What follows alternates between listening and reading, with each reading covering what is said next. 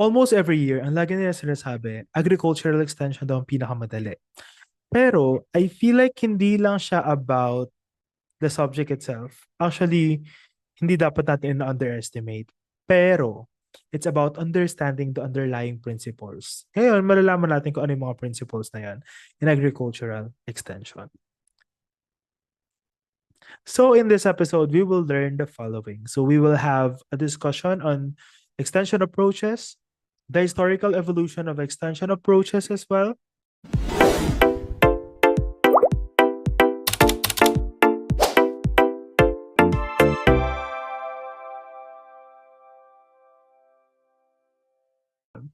All right.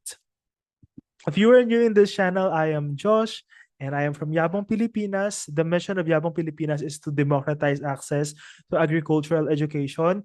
Ang meaning lang nun, mas gagawin nating available yung mga resources for the LEA or AIL na basta yung agriculture licensure, mas gagawin natin siya accessible na nandito na siya sa YouTube or sa mga social media platforms kasi mahal ang mga review centers. And aside from that, ang gusto ko ring mangyari dito is that this will be a safe learning environment wherein you can also learn through simplified na way kung ano nga ba yung mga tawag dito topics sa agriculture kasi most of the time ang mga topics sobrang technical, 'di ba? So as much as possible I am aiming na maging mas madaling maintindihan yung mga lectures through my videos.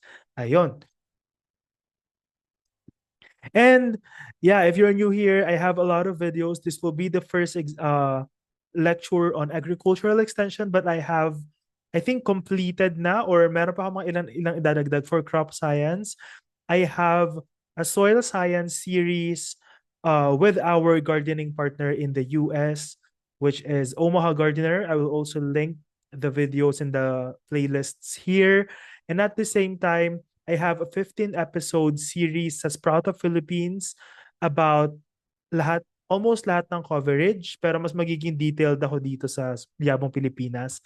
And upcoming ang series on garden pests and mga parang crop protection sa Omaha Gardener din, which is yung educational partner ng Yabong Pilipinas and Sprout of Philippines sa US. So, those are just some of the things na some of the lessons na meron na available na. So if you are aiming to top and also to ace the LEA and to pass the licensure, yeah, I am glad to help you. And hindi ko man kilala kung sino kayo mga nanonood. Thank you very much. And I hope that you pass and you ace the LEA. Ayun. So to start this, we have the overview, the theoretical and practical frameworks in agricultural extension. Tignan natin kung ano yung laman ng TOS. So sa TOS, ang sabi doon, may 9 items daw na overview of agricultural extension.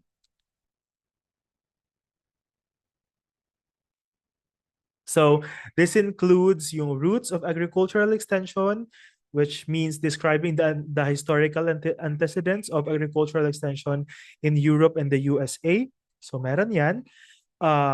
And next is yung agricultural extension in the local context. So describe significant historical events related to agricultural extension in the Philippines and describe local policies and legal mandates related to agricultural extension.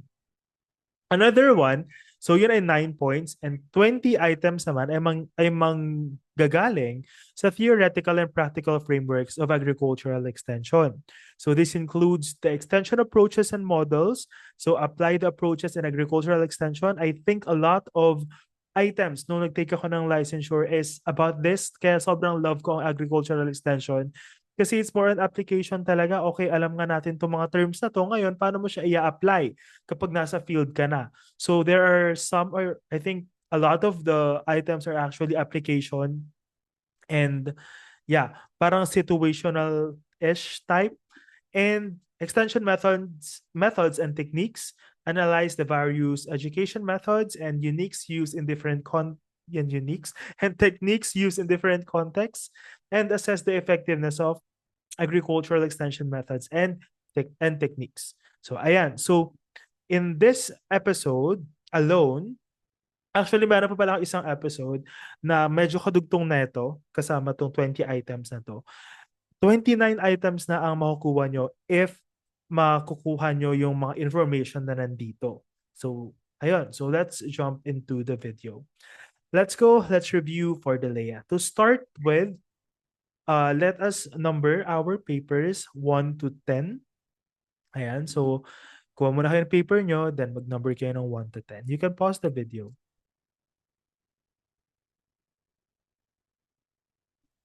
Ayun. Wait lang. Iinom muna ako.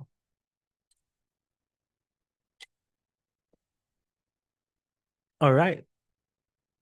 So, number 1, which of the following best defines an extension method? A single government policy for agriculture. B, a planned way of transferring knowledge to farmers. C, a farm tool used in production. Or D, an input distribution system. Okay, so the answer here is letter B, a planned way of transferring knowledge to farmers. We should remember that methods are structured na activities designed to communicate skills, information, or technology sa ating mga farmers. So, may structure siya. So, dito, planned way ang keyword. Next, number 2, in choosing the right extension method, which is not a valid criterion? A, target audience characteristics. B, resource availability. C, political party of the farmer.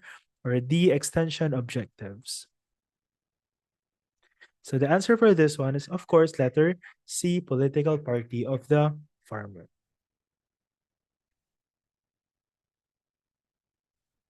Now, let's talk about extension approaches. Ano nga ba itong mga to? So, it is the overall strategy or framework used to deliver agricultural extension services. Ang sinasagot niyang tanong is, how will extension reach and help farmers? Paano nga ba makakatulong yung gagawin natin na pagpunta sa farmer at paano mas maiko-communicate kumbaga sa mga farmers natin yung, for example, mga bagong technologies, etc. So it can be top-down, it can be bottom-up approach, it can be commodity-focused, project-based, or participatory. So a lot of those will be discussed in this video. So ito, for siguro familiar na kayo sa framework na to or sa figure na to, na yung approach, siya yung parang overarching. Then sa loob ng approach, may mga methods na nandoon. In each method, may specific technique na ginagamit sa agricultural extension. So, titingnan natin yan isa-isa. Meron ako ditong different approaches. I think 8 approaches ngayon yung nandito. Then sa next video natin in this channel, doon natin mapag-uusapan yung method at saka yung techniques.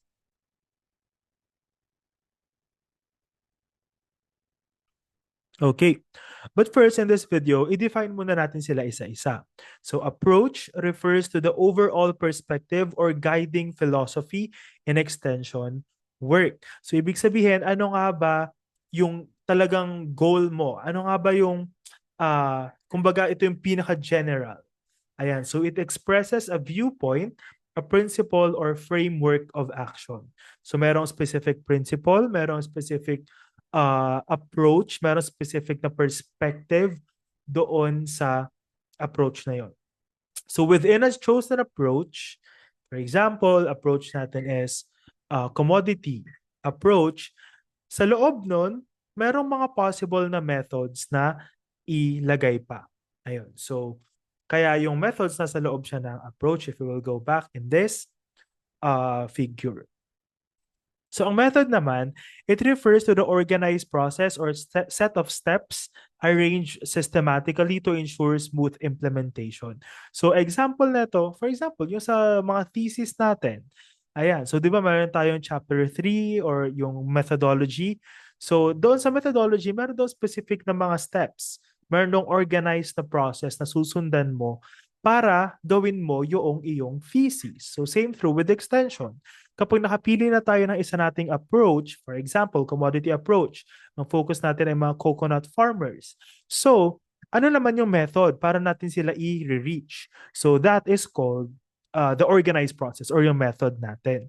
So it refers to the procedure that provides step-by-step guidance to extension workers and learners.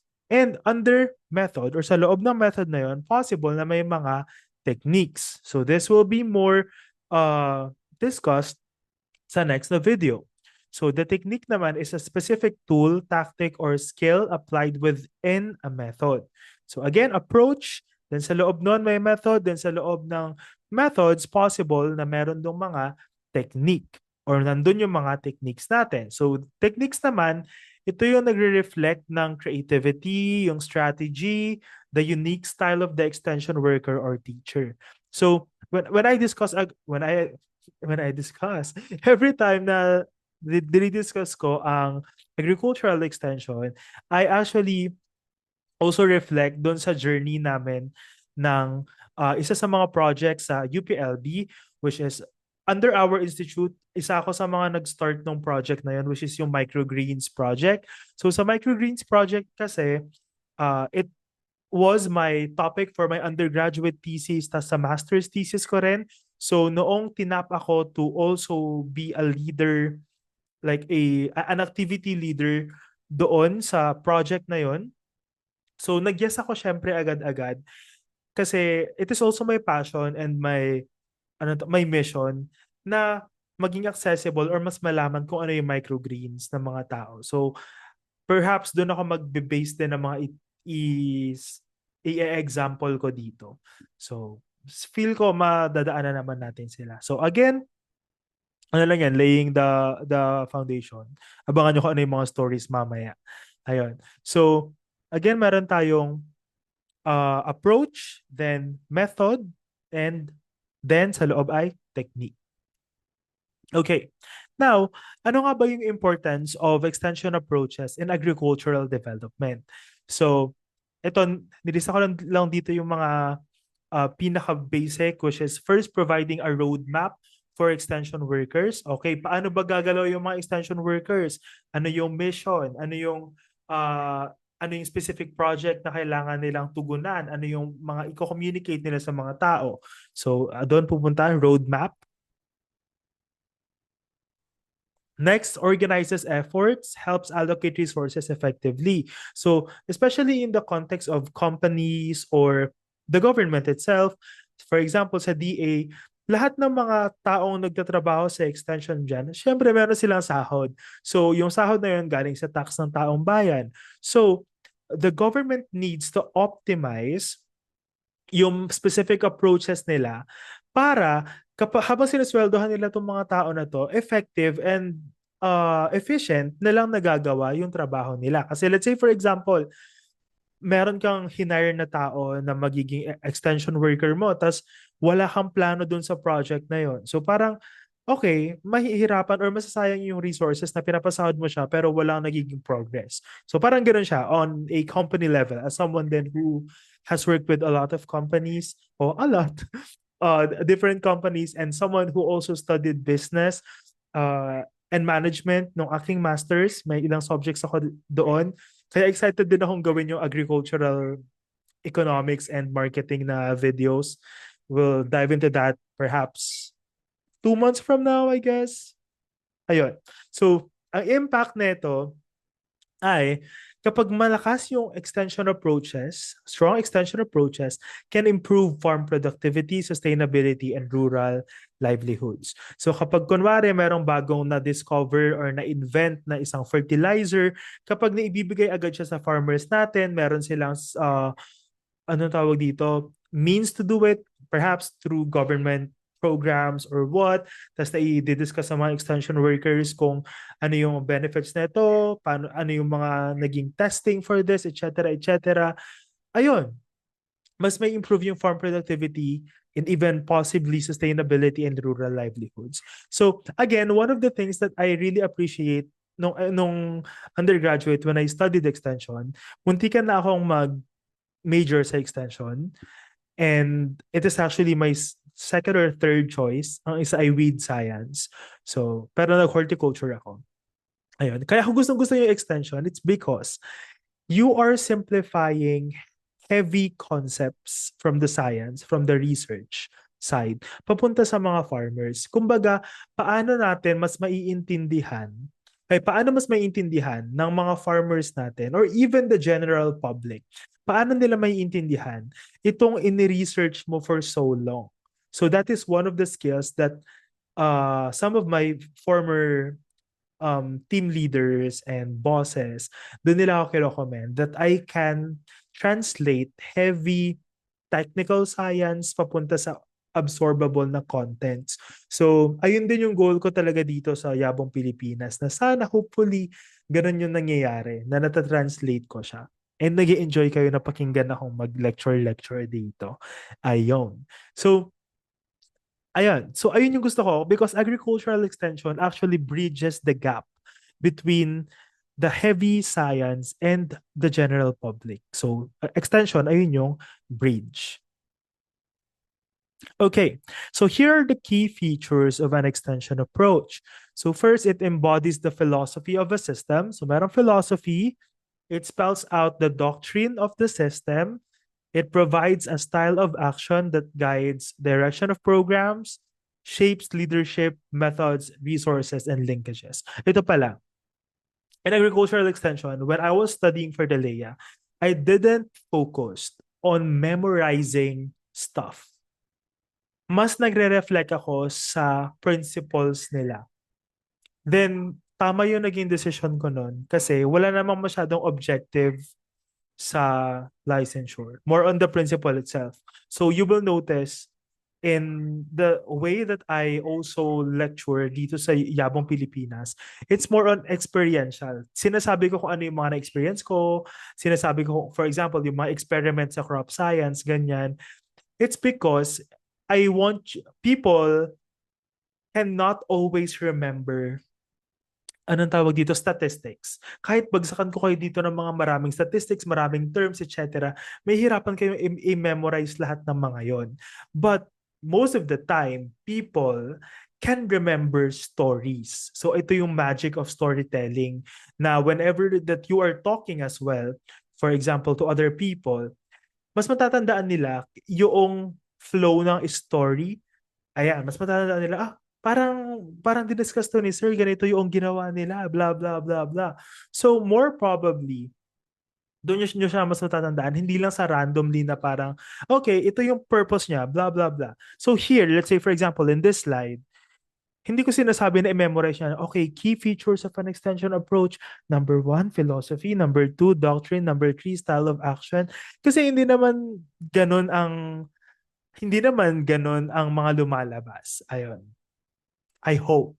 Pero nung time namin, wala namang ganun na parang enumeration ng kung ano man yan or what. Lalo na sa agricultural extension. Ayun.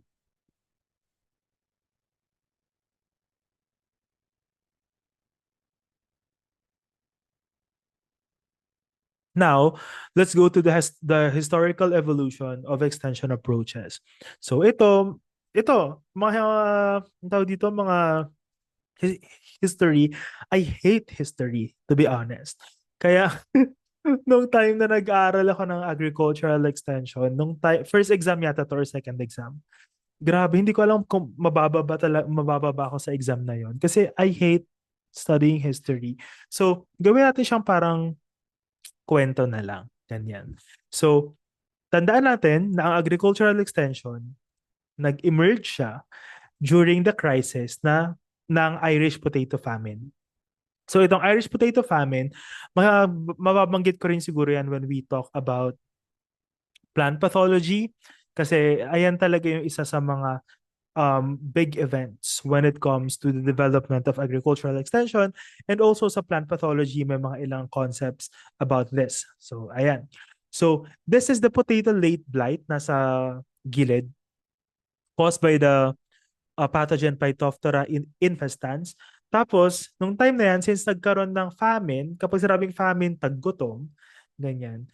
Ngayon, may mga government lecturers na pumunta sa farm to farm para turuan sila kung paano magtanim ng alternative root crops na hindi lang basta potato.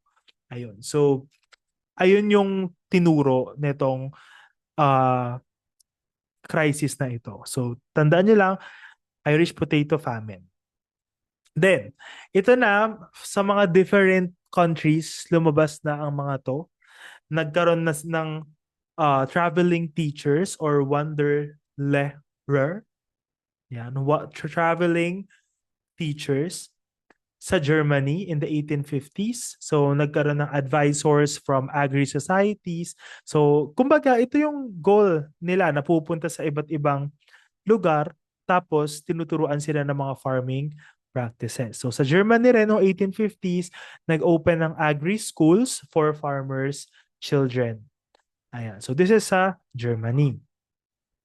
Sa England naman, so late 19th century, dito na nagkaroon ng term na extension. So sa England, nag-originate yung term na extension. So they originated the university extension movement. So since ang university sila yung premier source of knowledge, university colleges, ganyan. So, nagkaroon ng University Extension Movement. So, ang goal ng University Extension Movement from England ay to bring higher learning to urban communities. So, this expanded access to education beyond universities na hindi na lang kailangan ng mga tao nung time na yan na pumunta ng university para matuto. Dahil meron ng mga tao from the university or mga lecturers from the university na nag-extend sa mga farmers, sa mga general public, nagkakaroon na ng expanded access to education. So dyan, sa England, nagkaroon ng term na extension. Then, ayan. So ang birth naman ng agricultural extension sa United States ay noong 1800s.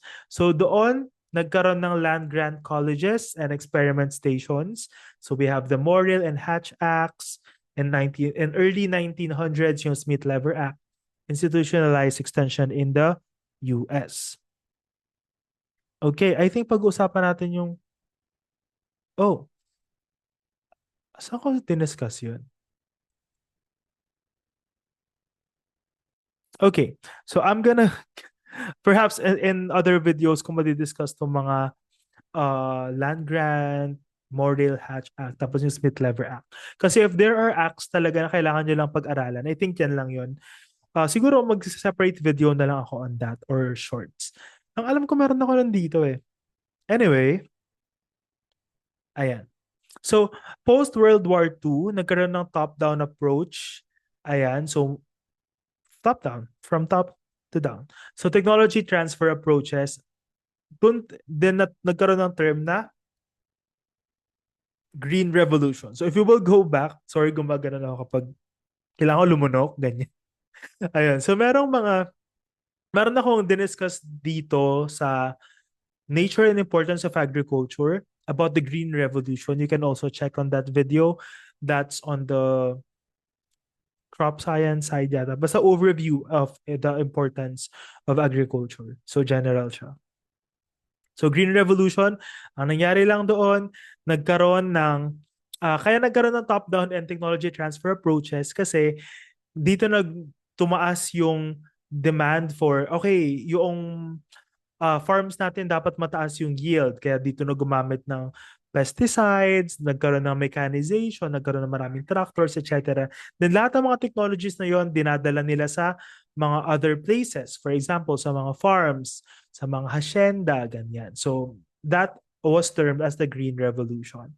So, nung Green Revolution, dyan din nagkaroon ng IRI or the Institute of International Rice Research Institute.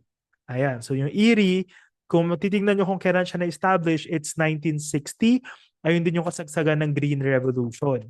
So, ang goal kasi ng IRI is to develop mga high-yielding varieties. Eh, sabi nga natin, si Green Revolution, ang naging goal ng lahat ng tao is pataasin. Lahat ng tao talaga.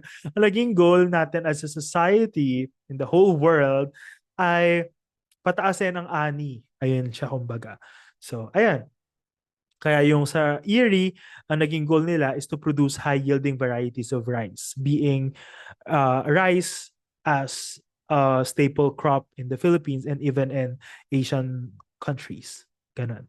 So 1980s to 2000s, nagkaroon ng shift towards participatory and farming systems approaches. So ito na yung time na nare-realize natin na okay, hindi lang dapat top down na for example may merong knowledge tas ganun lang ang merong may knowledge tapos parang kumbaga one way lang siya kaya siya top down technology transfer approach.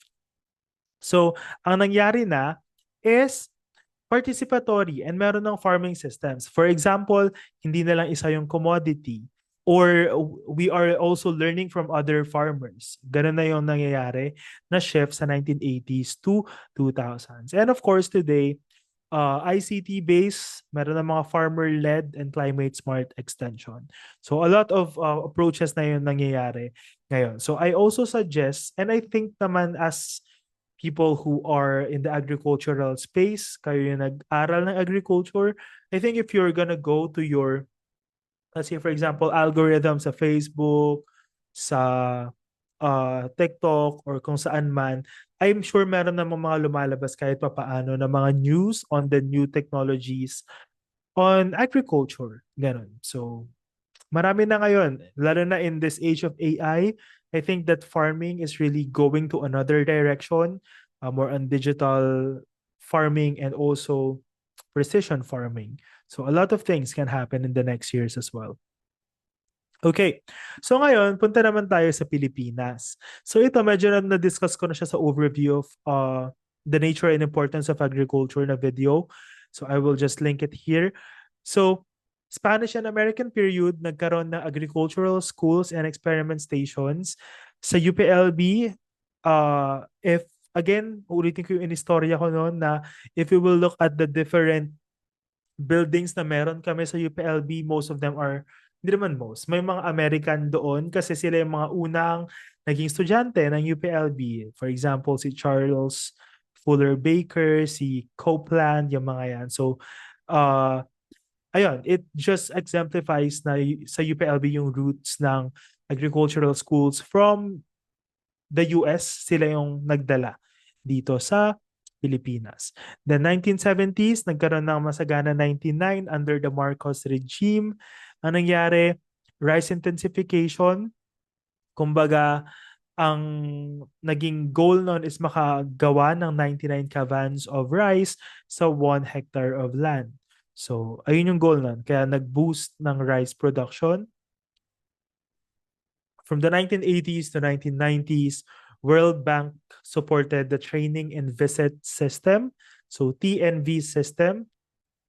Mamaya makikita natin kung ano yung TNV system na yan. And in the 2000s, community-based participatory action research and yung farmer field schools na meron tayo. So meron ng participatory research. So the trends na meron kanina sa international, so ito yung international na mga ganap na US, meron sa Germany, sa England, US, then ito yung general after World War, blah, blah, blah. Nag-reflect din siya sa Pilipinas, which is almost same pattern. And presently, we have the ATI. ATI is the Agricultural Training Institute. Ayan, led extension with SUCs or yung mga state universities natin, LGUs as well, and ICT using e-extension, social media, and farmer networks. So marami na actually nangyayari ngayon. I think starting 2021, lalo na nung nag-pandemic, nagkaroon ng mas maraming programs ng DA when it comes to the online stuff. Let's say, for example, I was a participant. I was included sa top 10 na Agri-Youth Vlogging Contest noong 2021. I was in third year. So, ayun, isa yun sa mga naging approach ng DA in order to encourage more people sa agriculture and to also showcase yung different farms and agricultural practices na meron sa buong Pilipinas. If you are new here, can you please like, subscribe and click the notification bell if you want to be updated whenever Yabong Pilipinas is uploading videos. As of this moment, 2026, today is like January 2026, nag-upload ako ng video every Monday, Wednesday, and Friday. And para lang matapos na lahat ng coverage ng licensure at mailagay na siya 6 months bago yung magleya. So para merong free resource na available sa YouTube. And yeah, if you have a friend na magti-take din ng licensure exams with you, kindly share this video to them para parehas kayong pumasa ng LEA. And if you have any questions, comments, suggestions ng content, you can just comment it down sa comment section para makagawa ako ng video on that whenever you need it. So yeah, I guess that's it. Thank you very much for listening. Together, let's pass. Together talaga. I will be with you sa journey mo towards Leia. Anyway, that's it. Thank you for listening sa video na to. Bye.